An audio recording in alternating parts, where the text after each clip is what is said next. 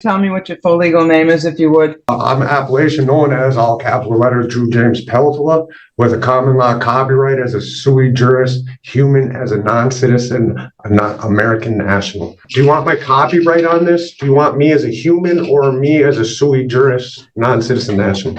Honest to God, I'm not even on drugs anymore. I wasn't sick. The only reason. Hold on. Today we've got a different kind of courtroom situation featuring a sovereign citizen who actually wants an attorney.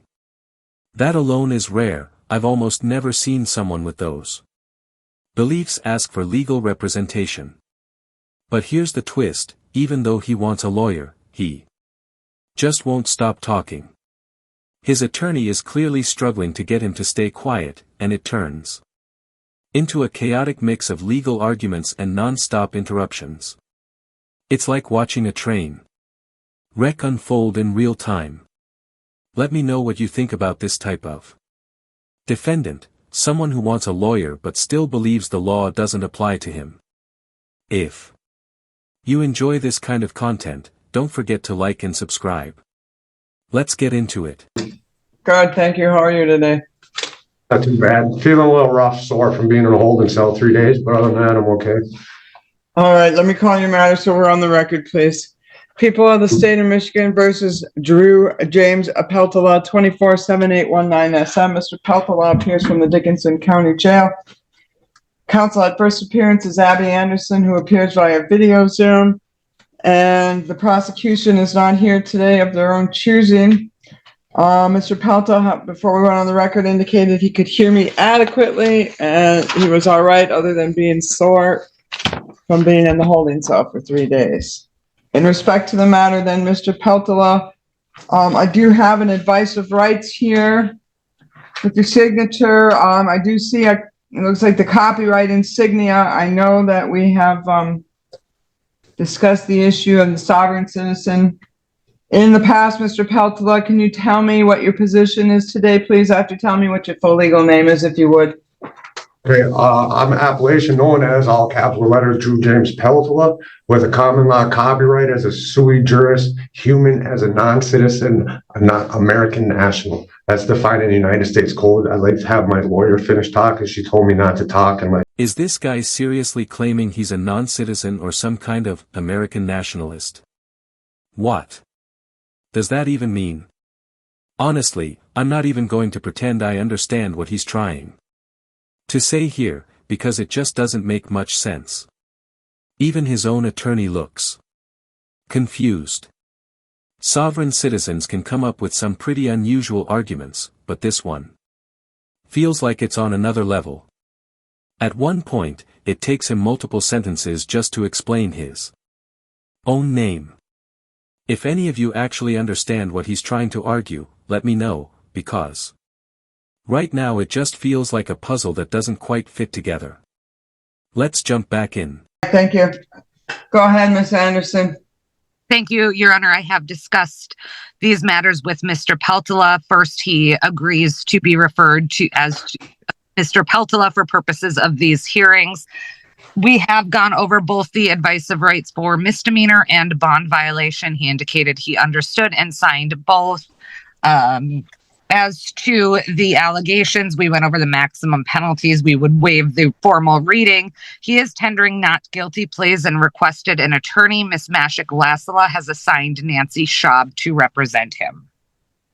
All right, very well. As indicated by Ms. Anderson, Mr. Peltola has agreed for purposes of his criminal prosecution to be referred to as Drew James Peltola. His position in respect to how he should be recognized legally has been stated for the record and is preserved for the record, as well as stated on the advice of rights form concerning both the general misdemeanor advice of rights. Although the bond violation advice of rights doesn't so indicate, the court will recognize his position for purposes of both advice of rights. Concerning the matter then, is this a good mailing address for you, Mr. Peltola, on River Street in Niagara? Yes, Your Honor. I'm just trying to move back into Michigan. So I've been working and that's the address that I use because that's my domicile. I always return to every day or once a week or whatever. Because the Michigan residents, I'm not even sure. I would not like to talk about that in court, but I'm trying to move back into Michigan. I'm just having a heck of a time doing it. All right. So this is what I'm going to do then, Mr. Peltola. Over there. Let's see if I have one in my file first. Ms. Anderson, I don't see a waiver of extradition. It sounds like he's going to need to go back and forth to Wisconsin, and we'll address that momentarily.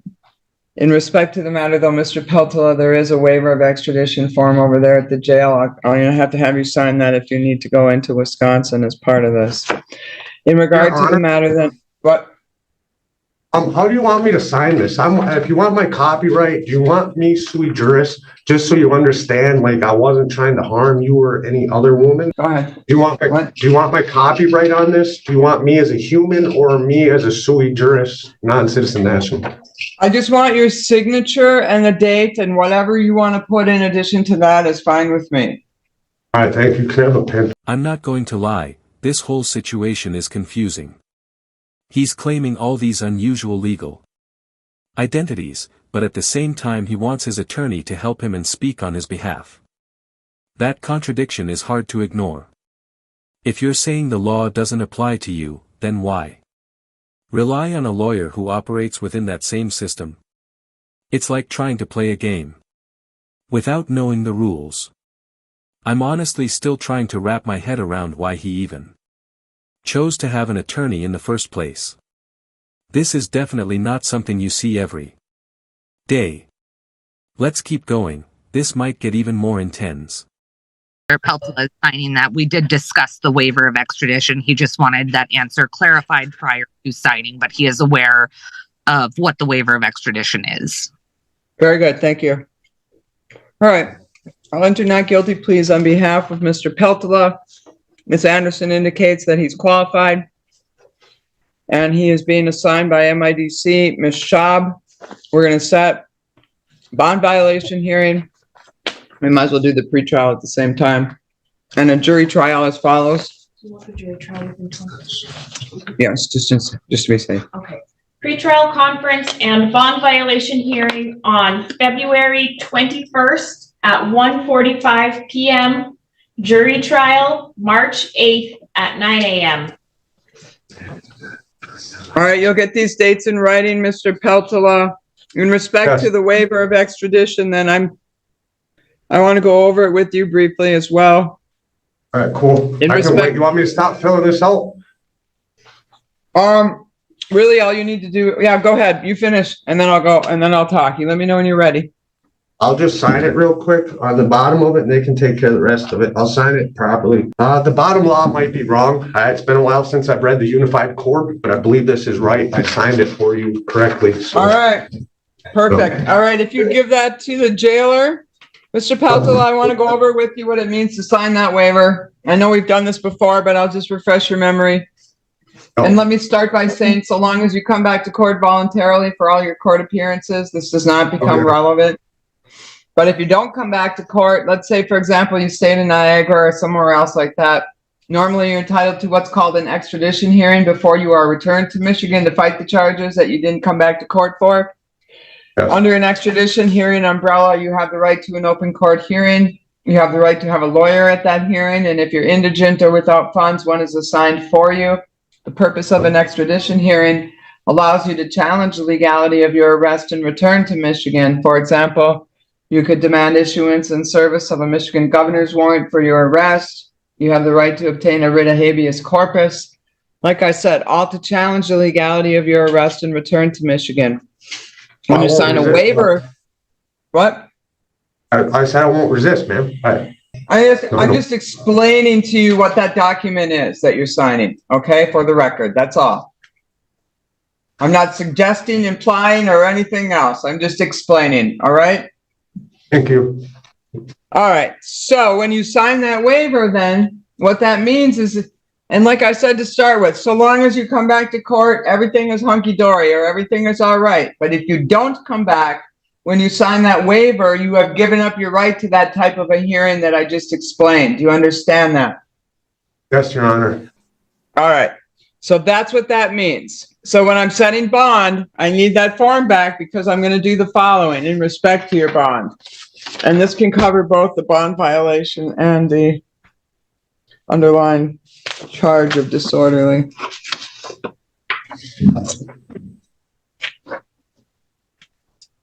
All right. First off, you must sign a waiver of extradition as a condition of your bond. So long as you do, you can go back and forth between Michigan and Wisconsin for residency, court appearances, family visitation.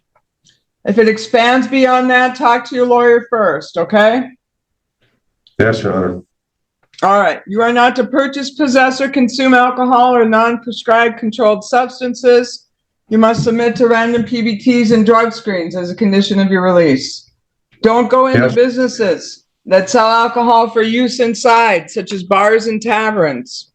Do not engage in any assaultive, threatening, harassing, or intimidating behavior towards any person while you are on bond. All right, so you are in one of those unique positions, Mr. Peltola, where you have come before the court for your arraignment. Already behind you, or what you're being arraigned on, is both the underlying charge and a bond violation. So usually people will have an underlying charge and then whatever, week 2, 3 later, they come back with the bond violation. And when people are arraigned, I always give them a talk and tell them that if you come back with a bond violation, you're going to make it really hard for me to say, gee, I should let you back out into the community again. You, however, have not had that talk. You are having it today, and you are having it on both the underlying charge and the... This guy already has a bond violation, which makes the situation even more complicated. It's surprising that the judge is even considering letting him back out, given everything going on. We're talking about someone who openly questions the court's authority, yet still wants the benefits of the system, like being released. It's a strange contradiction. You can tell he's focused on getting out of jail, but at the same time, his arguments don't really help his case. It's an odd mix of being somewhat respectful while still holding on to those sovereign citizen beliefs. What do you think? Should the judge give him another chance, or is this too risky? Let's see what happens next. So my pep talk is this, Mr. Peltola. I'm going to set the bond accordingly and give you the benefit of the doubt.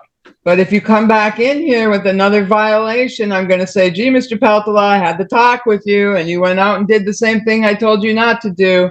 So I'm telling you, don't violate your bond and make me have a reason to keep you in custody pending resolution of your case. I'll set your bond right now at 1,000 PR. That's on both the bond violation and the underlying charge. They're going to let you back out, Mr. Peltola. Don't go back out and start drinking and do this again because, like I said, you'll leave me no choice. All right? Oh, Your Honor, honest to God, I'm not even on drugs anymore. I wasn't sick. The only reason. Hold on. Nope. I can see Miss Anderson almost doing cartwheels back there. She does not want you to talk until you have a chance to talk to your lawyer. Is that right, Miss Anderson? That is correct, Your Honor. Thank you. All right, Mr. Peltola, do you understand? She wants you to talk to your lawyer before you tell me anything, all right? Yes, I understand, Ms. Lacoste, or Judge Lacoste. Thank you, Mr. Peltola. We will see you soon. Your bond will come over, your writing dates, your lawyers. Make sure you call her when you get out and, you know, have a meeting with her. All right, Mr. Peltola? Yes, Your Honor. All right, anything else on this file then, Miss Anderson? No, thank you, Your Honor. All right, thank you. Have a good day, Mr. Peltola. You as well. Thank you. That was a close call. He almost slipped up in a big way there. Moments like that make it feel like he's unintentionally hurting his own case.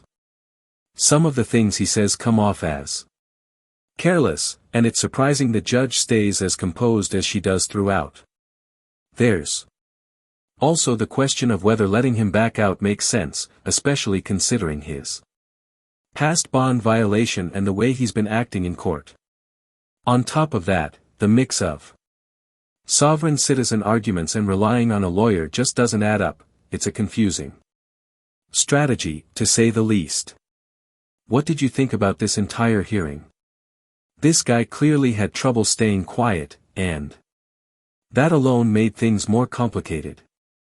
Drop your thoughts in the comments, and if you enjoyed the video, don't forget to like and subscribe. Thanks for watching.